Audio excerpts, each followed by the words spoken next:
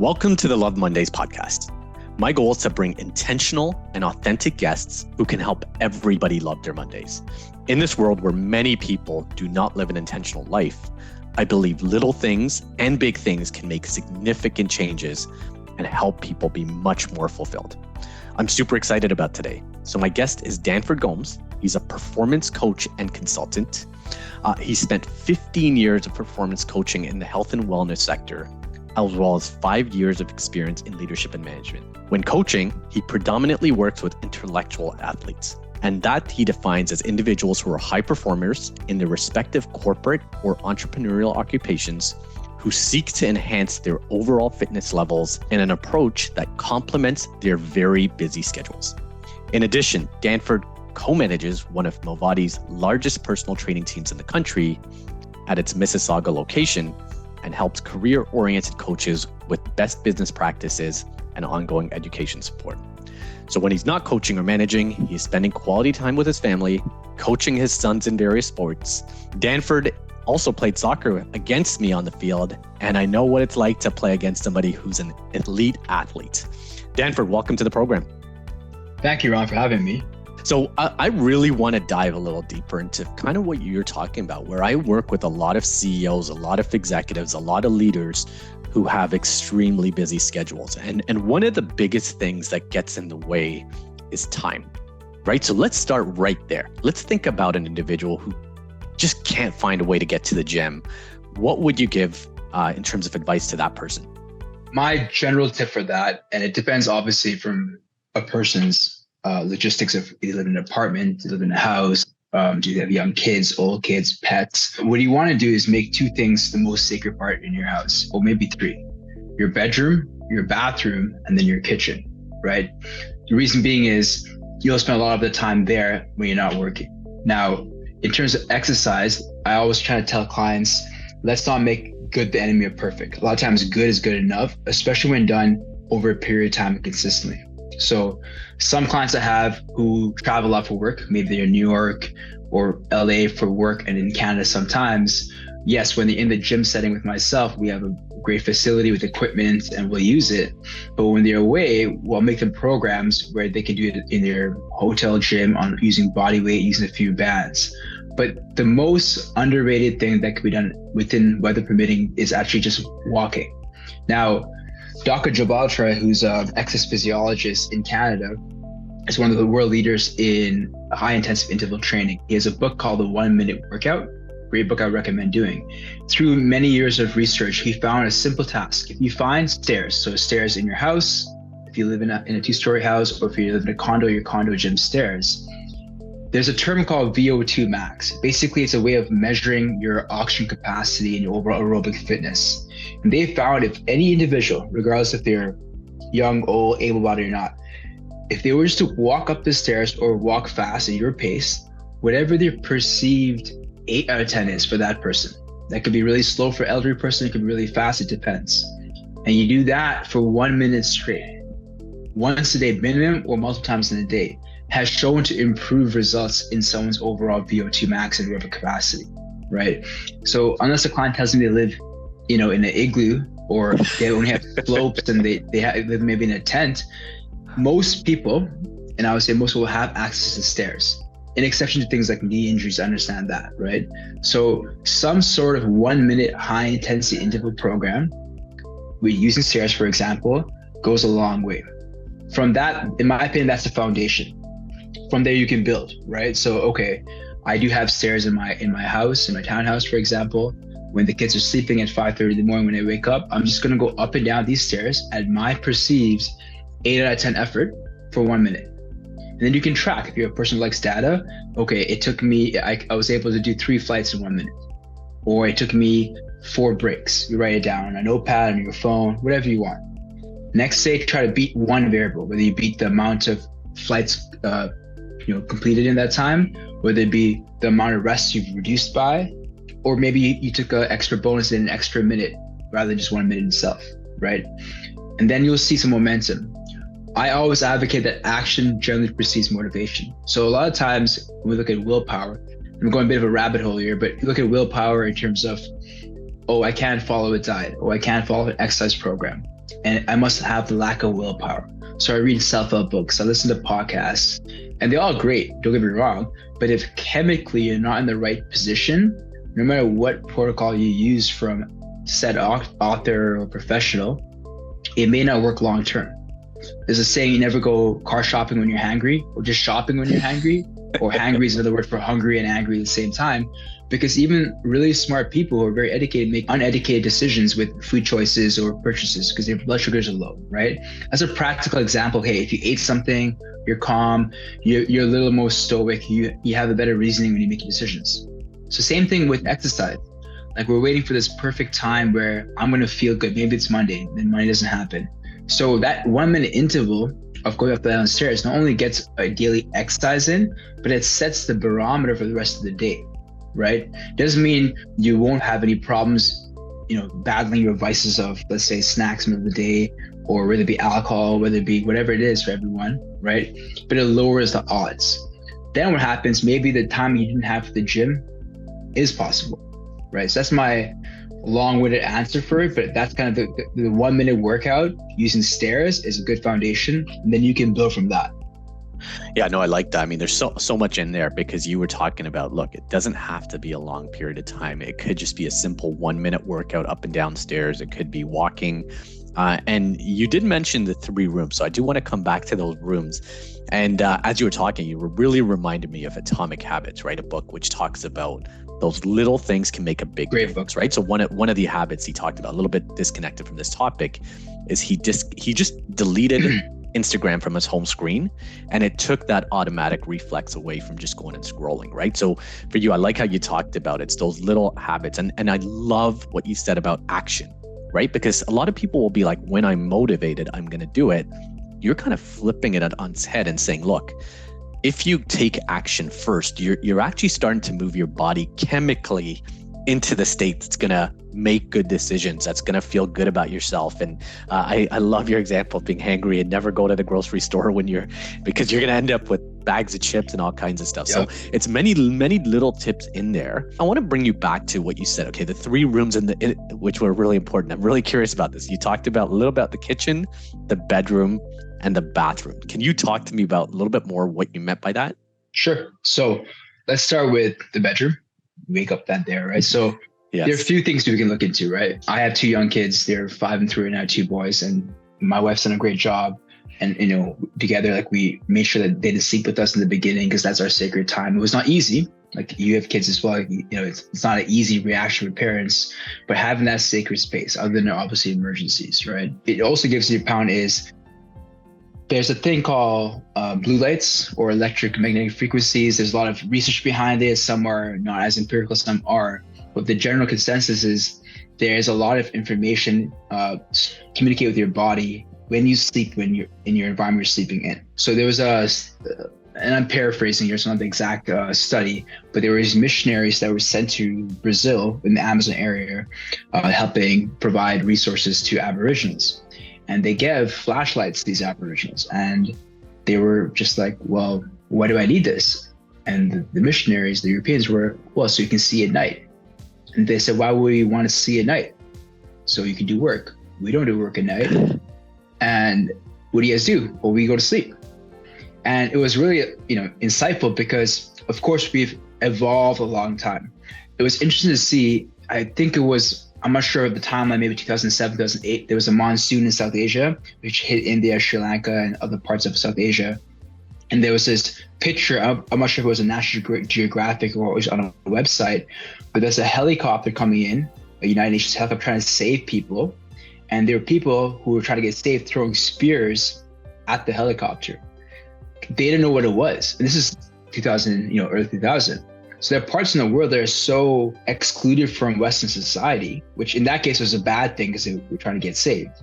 But on the flip side, I look at it as well, they also haven't been influenced by some of the negative things technology and busy lives have had as well. Going back to the Amazon Aboriginals, they didn't need to work during the nighttime because they were very productive. And also, and I'm again paraphrasing this line I heard from another podcast or a book I was reading, it goes, how do you survive the suffering of life or the tragedy of life?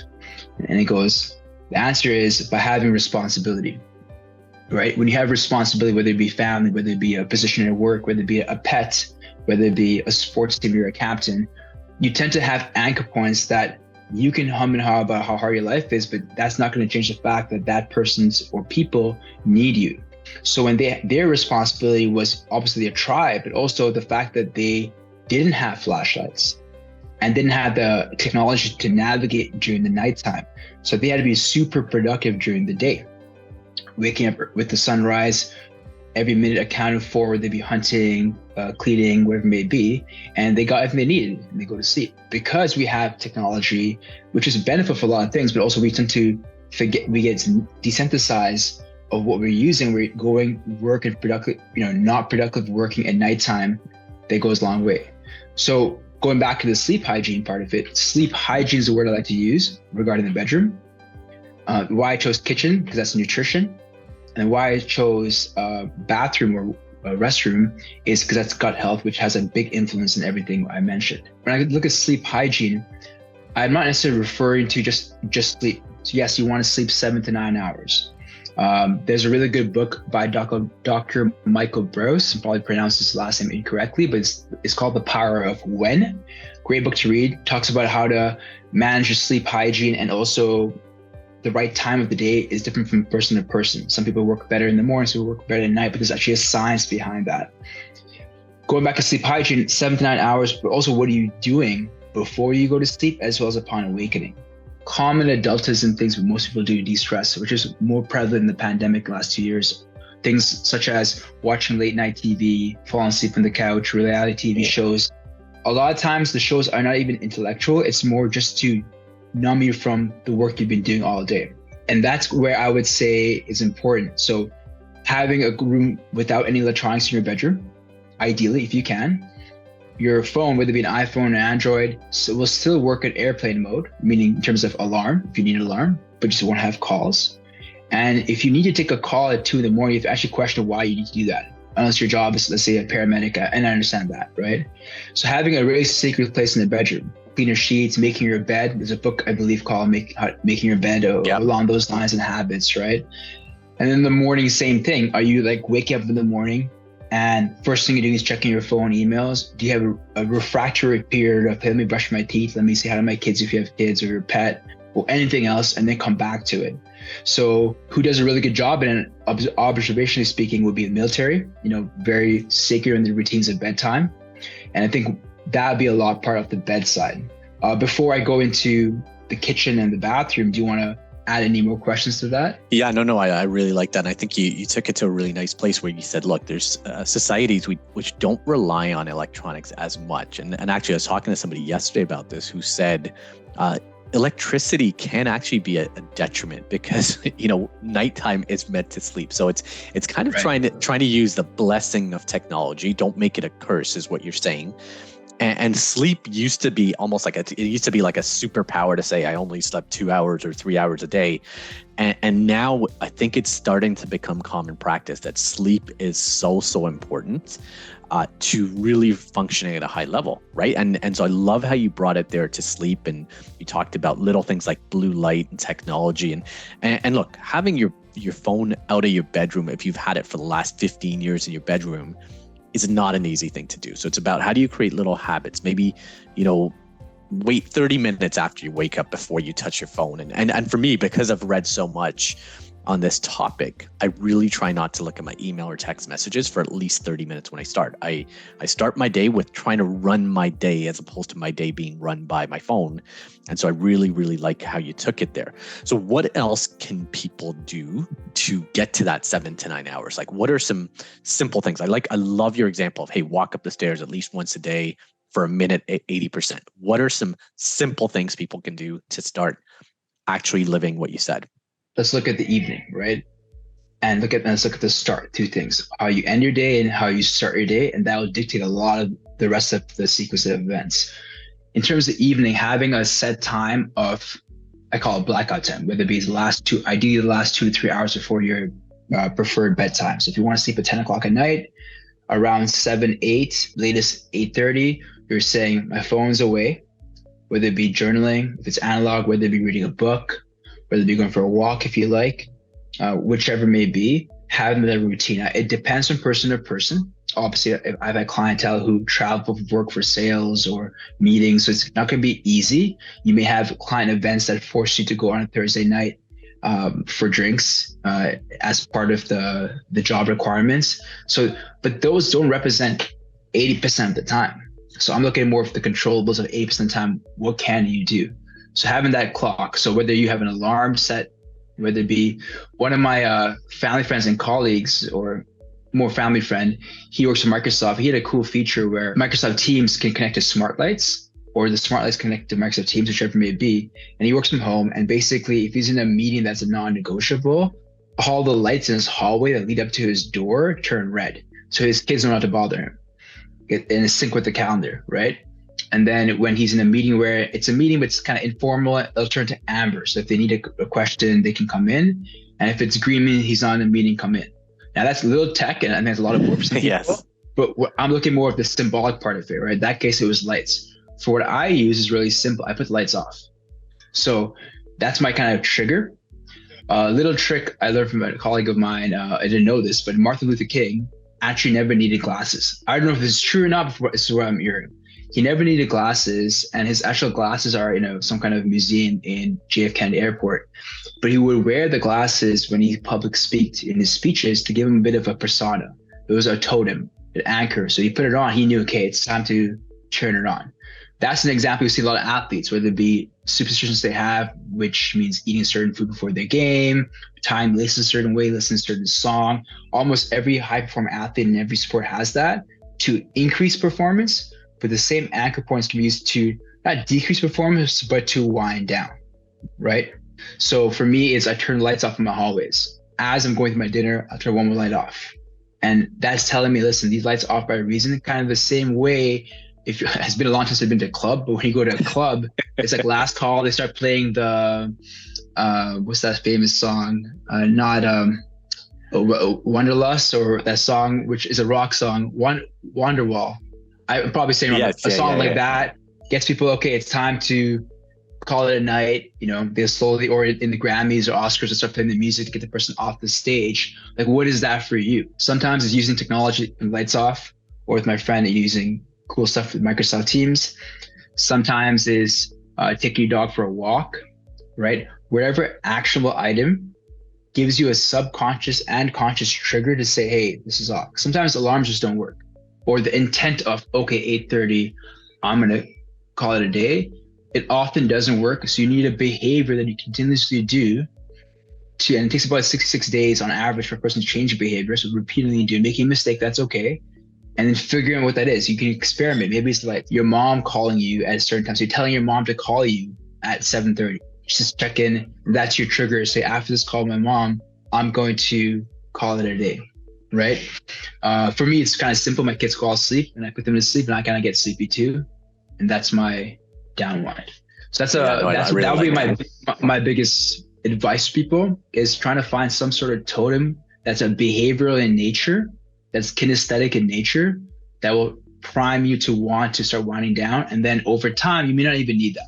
I like how you're connecting it to routines and habits. And, folks who have a set routine in the morning or in the night and stuff like that are generally much more successful because they have those cues. And I really like your story about Martin Luther King and the glasses and having somebody call you, for example. That's such a practical way to say somebody who probably calms you down at a certain time, have them call you at that time. Okay, cool. So let's go to the kitchen. So take me to the kitchen. What's important there? So kitchen is where I probably have the most passion for. I grew up with a big family of 6 or 3 siblings and my parents, and we're big on food. My brother's a chef. My mom's, I'm going to say biased, my mom's the best cook, but everyone will say that about their mom and my dad. We were taught to cook at a young age, and food is really important to us. When I look at food, there's obviously the nutrient part of it, the macronutrients, the micronutrients, the phytonutrients, and all these technical terms. But food, in my opinion, is about 99% psychological as well, right? And what I mean by that is the behaviors around food. You tend to not overeat, eat too fast when you're with your family in a good cooked meal that's nourishing and flavorful, right? We tend to emotionally eat, and I'm being general here, on foods that's very processed, microwave, in a rush. I understand at work, you may not be able to have the luxury of eating slowly, maybe you're on the go, but if you have your dinner time, right, which kind of bleeds over with the whole nighttime routine as well, or breakfast, which every time you're at home, people who work from home, that's every day then. What is your routine with dinner? So there's a rule I use generally for most of my clients called the 5-10-15 rule. And some people can go 5-10-15-20. So what 5 means is taking 5 deep inhales through your nose, exhales through your mouth. What that does is it almost like the glasses that Martin Luther King did, or my lights off for nighttime, gets your body prepared for food. Because your body needs to be in what's called a parasympathetic nervous system, which is a relaxed state for your gut to produce bile and stomach acid to break the food down. So if you're screen timing, eating while you're talking, when you're working, your body's not in the right chemical state to break the food down and absorb those nutrients. So potentially you spend all this money on really clean food, grass-fed beef, all this stuff, and all the nutrients may not be absorbing properly because you're in the wrong behavior. So that simple inhale, exhale behaviorally, psychologically gets you in the right mindset, but physiologically dampens your nervous system and gets your gut prepared for the food that's coming. That's 5. 10 is, and everyone has different ways of doing it. I do it 10 chews minimum per bite. So 10 chews per bite. Some people say 10 seconds between bites. Some people use combination, 10 chews minimum and 10 seconds between bites. Depends on the person. 15 is, taking at least 15 minutes minimum to complete the whole meal, given it's a meal, not a snack. 20 is, which is tough for different persons, is going to be taking a 20-minute walk after, right?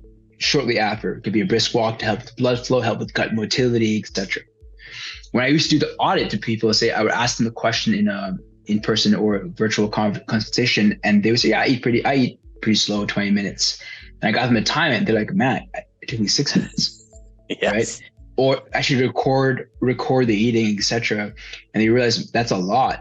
So what happens when you eat too fast, there's not enough signal between your brain and your gut that communicates through a nerve called the vagus nerve to tell, hey, I'm satiated, I'm good. So you sneak in a lot more calories unnecessarily, even if it's good food or not, when you just had the bad behavior. So not that saying like meal plans and working with dietitians and nutritionists and naturopathic doctors aren't good, they're great. But if your behaviors are incorrect, even with the perfect protocol of meal services and supplementation, you're taking one step forward, half step back every time. So that kitchen, let's look at the dining table. If you have one, like, is that clean? Is it just treat it like your workspace, right? Like whether your desk, if you're a person who look at desk clean and minimal, is that the case with your food, right? I had a client who had a really bad sweet tooth, and like ice cream was her downfall. So it's okay, no problem. What you're gonna do is, if you want ice cream, go eat ice cream. She's like, really? Yeah, but except you're not gonna have ice cream in your house. What you're gonna do is, after a long day of work, when you want that ice cream around 7-8 p.m., you're gonna get dressed, go to a convenience store, buy a single Haagen-Dazs. Don't open it yet. Bring it all the way back. Get undressed, maybe even shower if you have to, and then enjoy that ice cream. The reality is, one, you'll enjoy it slow because you put all that work into it. And if you crave more, you're not gonna get back into your work clothes and like drive and go to a convenience store. So out of sight of mind, if it's in your house, it calls to you, right? I'm anti-depriving. Like if you have a drink here and there and it's junk, that's okay, right?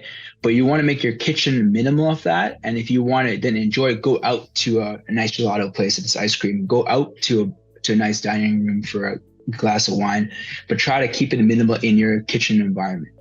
So it's hard to even apply that 5, 10, 15, 20 minute rule if you have a bunch of ice cream in your freezer, if you have snacks visual in your area, right? Again, it is a habit. It won't happen overnight, but you can chip away at it. I really like that. And I think it's around, hey, how do you start doing a little bit more of that, whenever you get a chance? Let's say you do that one meal a week or twice and you slowly build up to that. So take my life. So I've got 2, teenage kids. I'm driving a lot. I'm taking them to activities. I'm in hockey rinks. I'm on all kinds of places like that. How can I employ this rule in a on-the-go type approach, right? I get when I'm home, those are some fantastic tips. But what can those people who are constantly driving and doing things like that, how can they get into that parasympathetic state that you talked about? In your car, do you have like a storage of some sort? like a side storage or back storage you can put items in. Yep. Right. What I would do is in the car, have healthy, non-perishable snacks. Could be like unsalted mixed nuts. It could be cured jerky if they like that stuff. It could be dried fruit from a more organic source. So if you're driving in between, rather than going to Tim Hortons, rather than going to less than ideal choices, you have that right away, right? You don't have a reason. Like once I had to go to New York, Boston for a course, and I was driving the I-90, and McDonald's owns all the stops. Every stop is a McDonald's, right? And if you wanted to go to healthy, you have to drive in, so you're less incentivized to go that way. So, but if you had snacks in your car, if it's snacks you need, that's an option number one. So same thing with the kitchen, same thing with the bedroom. Car is a great option. If you do travel a lot, cars are probably fifth most important place. Well, how does that car look like, right? That's one. So the other part is pick the low hanging fruit. So what is a meal of the day or a snack that you feel that you have the highest chance of changing versus trying to pick the hardest one? So people really love their breakfast routine. They love their croissant and a muffin, and it's hard for them to change. Okay, fine. That's okay. We'll get to that later on. Let's parking lot that.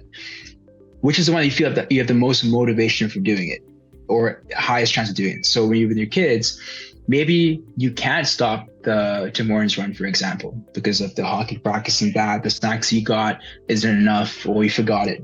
So then control the variables. Can you have the meal before they go onto that trip the best meal, or the meal after? Pick one, right? And then execute that one. So if you feel like when I'm on the road in Northern Ontario for a hockey tournament, odds of me getting a Whole Foods there or a good store is low. Yes, I did pack some snacks on the drive, but it wasn't enough or they weren't having it. So before I leave, in my controlled environment, let me have one good meal where I control the ingredients and the behavior and the environment, and then do what you got to do. And what about the importance of hydration? I know my wife, Farah, who I think you know, she's been really drinking like 5-6 glasses of water in the morning, and her energy level has spiked and is so much better. So what's the importance of hydration in this whole topic? Hydration as a whole is a foundation for a lot of hormonal transactions in your body to even occur, from producing testosterone and everything else. A general rule of thumb, and is general, of minimum water intake should be about an ounce of water per kilo of body weight. So that depends on person to person, and it's weight dependent. And it also depends on how active you are in terms of sports you play, if you're playing outdoor or indoor.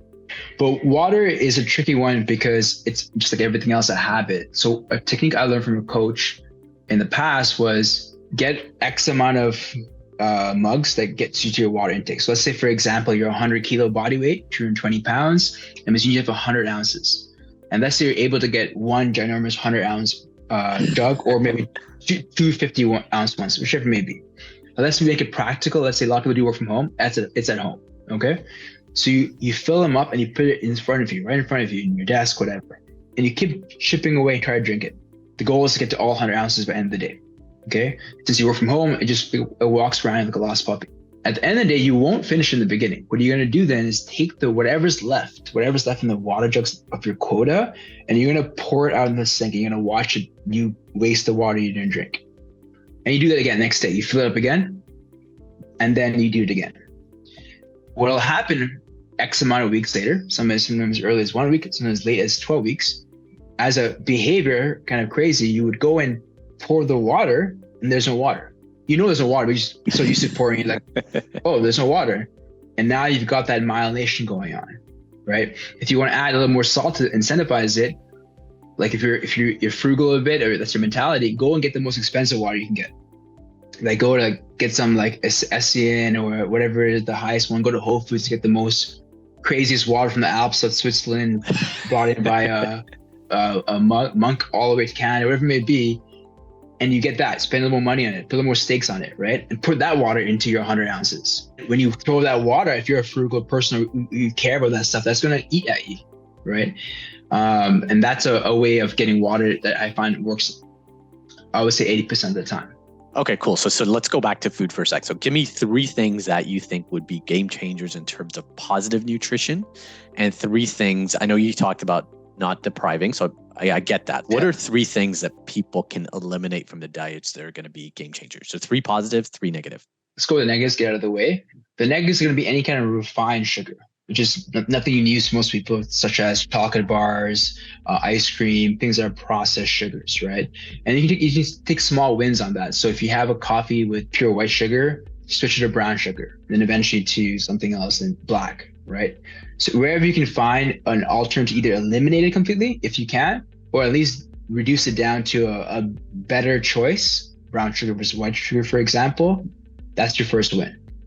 All right. That's the negative number one. Negative number two would be foods that's eaten in front of a computer. It's not a food thing, but it's a behavior, right? So do your best to, even if you want to have your McDonald's, to be honest, if it's junk food, at least have it peacefully, right? Don't double bam it where you're having McDonald's while doing an Excel spreadsheet. So that will be number two, is the behavior on not distracted. What you may find, may not finish McDonald's because you're like, I'm actually full, because you're not distracted by the computer screen and eating aimlessly. Number three would be actually snacking. So a lot of people snack, even healthy snacks, let's say nuts and dried fruit, which are generally good for you, right? But they're eating for the sake of eating, whether it be a pastime thing.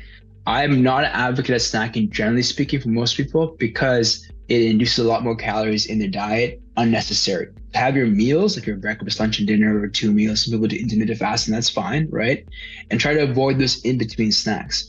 If you're actually hungry, have a meal. If you don't finish a meal, pack it up in the fridge, have it again. So I'd rather make your snack the unfinished meal, if anything, than have those in-between fillers, like nuts and fruits and stuff like that. Summarize 3 things of snacks, screen time when you're eating, distracted eating, and then refined sugars are negative.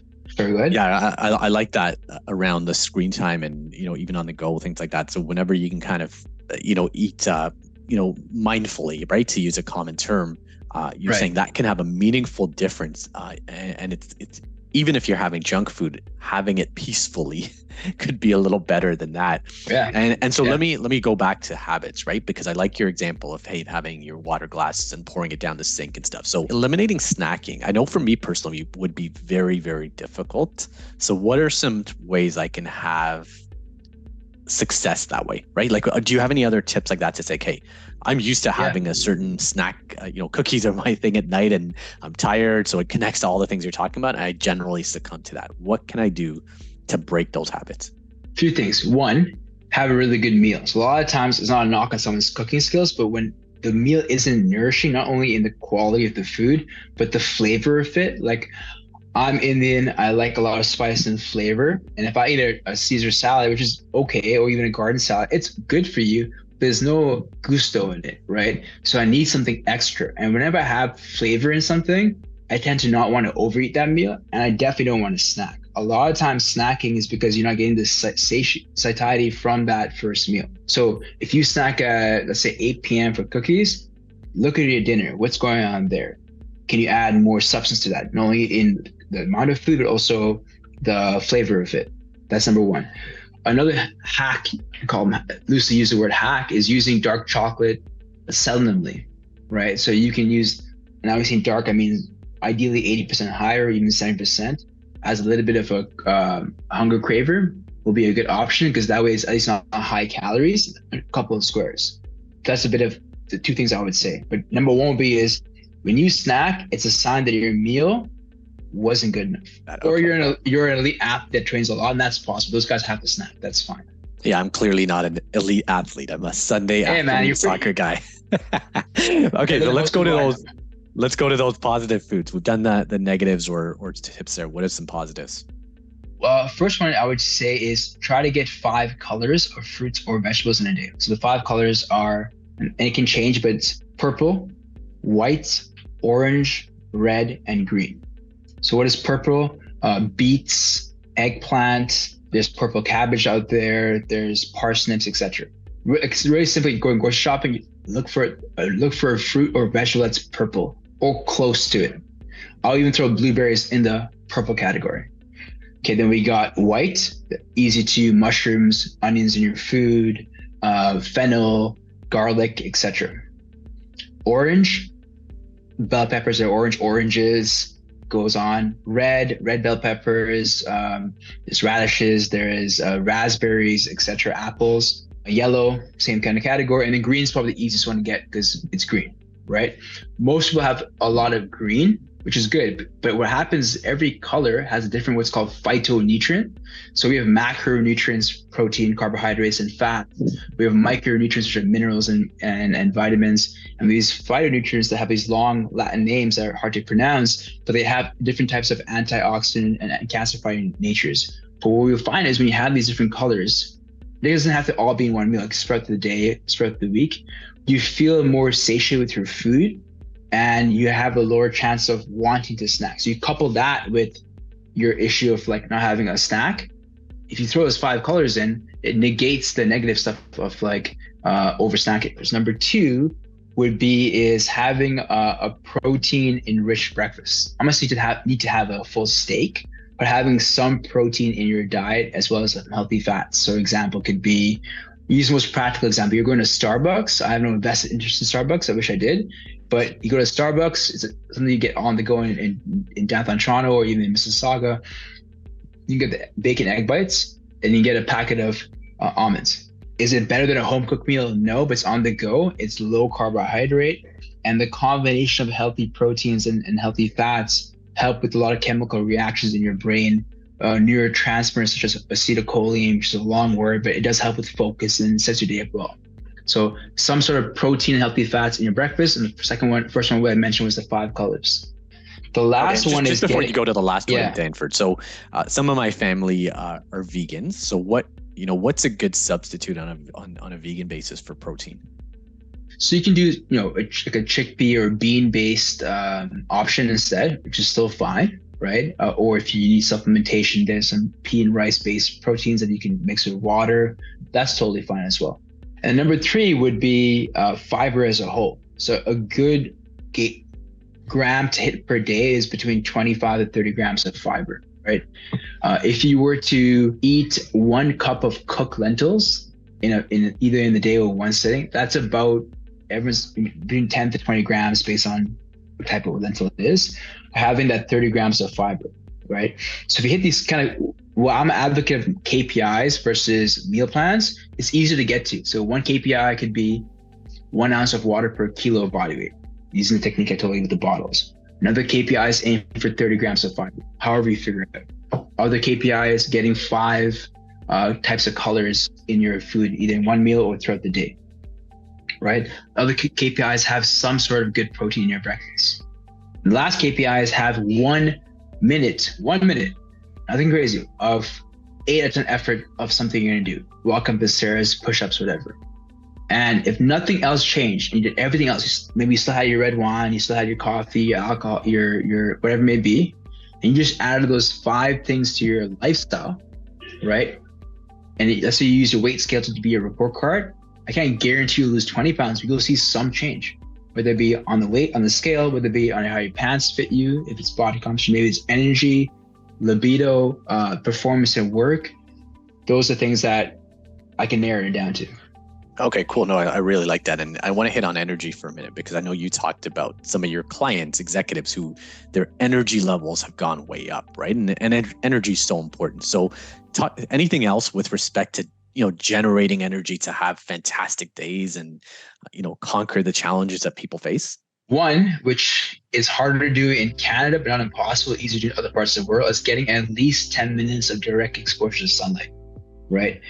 Dr. Huberman is a great person to refer to. He's from Stanford University, has a lot of research on brain health and all that stuff. But exposure to sunlight is a big factor. It affects a lot of things. Darker skinned people have a little more need for sunlight because we have a natural UV blocker. So things like D3 during wintertime is important for us. But just getting sunlight as best as you can, it's going to help a lot. And it's minimum 10 minutes. That's number 1. That will actually affect your way of energy throughout the day.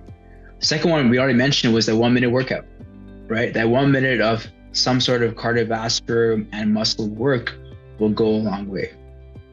That'll be the top 2 in my opinion. The other one would be actually that I personally like is journaling.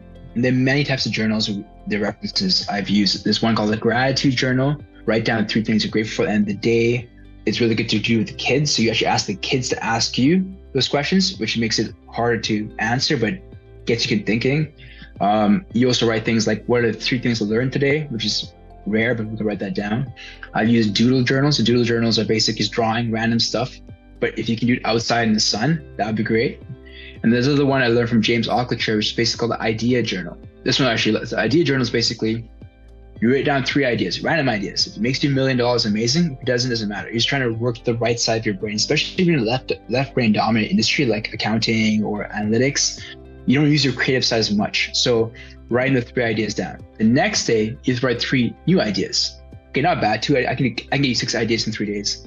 The 8th day in, you're like, man, I don't got any more ideas. So it forces you to work that right brain muscle, right? But what it does also is gets your energy up because you're out of your mundaneness of your typical flow. So I actually used all 3 journals with a client who was a lawyer, but he was trying to get lean for his birthday. And we were in downtown Toronto and we work at a gym there, and there was a coffee shop right across, has a nice patio. And he had to do his journals after our workout. So he would train at 6 in the morning with me, shower, get in the suit, walk across, get his high protein breakfast and a light coffee. And then with the sun hitting him, it was summer at that time, he would do his idea journal. That was in the morning. In the middle of the day, when he's in a bunch of meetings, during his lunch, he'll step out. Ideally, if he can, get sunlight. If not, inside's fine. He'll do a doodle journal. And then at the end of the day, when he's going to sleep, he would do the gratitude journal that he would do himself or ask his youngest kids to ask him the questions. But this is a journal, but it gives them these anchor points in the day. And that's what generally most of the clients I work with, I don't coach as much as I used to before, but what I always recommend people is if you have a busy lifestyle, the 2 times in the day to work out, whether it be in a gym or in your home, early morning before you start your day, out of sight, out of mind, starts your day off well. Or if you can't do that, midday, like a lunchtime, because it forces you to get out of your routine, going back to responses help you survive the suffering of life. It forces you to be productive then from like whatever, maybe 5:30, 6 in the morning, you start to 12 because you got to work out with a coach or by yourself or your buddy.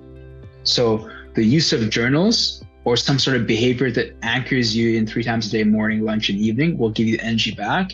The use of sunlight and like exposure to it, and then exercise as minimum as 1 minute, but ideally, an hour if you can.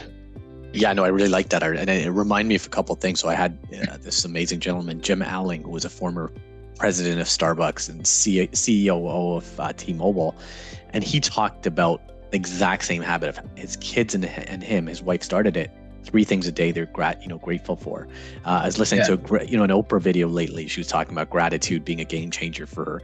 So I love that, and the fact that a lot of these things are not very time consuming, right? There's another CEO, I heard him speak lately, and he was talking about running up and down the stairs in between meetings to generate a bit of energy. So, I love the fact that these are not like, hey, take an hour and a half or 2 hours and go do this. It's like, hey, what are some small wins throughout the day? Yeah.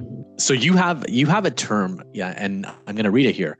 So practice does not make perfect, only perfect practice does. Tell me what that means. One, I don't think I created that term. I believe Bruce Lee may have said it before. I heard it somewhere else, but it really resonated to me, right? Especially in sports, in any kind of skill acquisition, whether it be a sport, in the gym, lifting weights, learning a language, public speaking. If you need to know whoever's teaching to you is good to do. Because if they teach you the wrong technique, then good luck with that, right? I recently had a knee surgery about 18 months ago. The doctor was a really good doctor, does the Raptors knees. He's a surgeon for the Raptors. And he gave me a good line. He says, there's a kind of the holy trinity of recovery. Good surgeon, good therapist, good patient. And you need all 3. Right? You have a really good patient doing everything correctly on the wrong rehab program, good luck. You can have a good person doing a good rehab program with a botched surgery, good luck. You need to have all 3 working in unison. So let's say it's shooting a basketball, right? And hopefully you learn from a coach or a person who can shoot themselves. Because if they can't, then good luck, right? Assuming that's correct, you do 1 lesson with them and then you practice all by yourself. No one's giving you feedback if you're doing it wrong. So your elbows are protruding out a bit more. It's not under the ball. There's not enough triple extension. You do 1,000 shots or more, the whole 10,000 Maxwell, rule of that, and you don't get better because you have no one to tell you if you're doing it wrong. And with all the right intentions are doing the practice, but not doing corrective work to get it better. So I'm an advocate of coaching, not only in the gym, but in anything. Like if I want to learn golf, which is on my bucket list to do, I'm going to get a coach.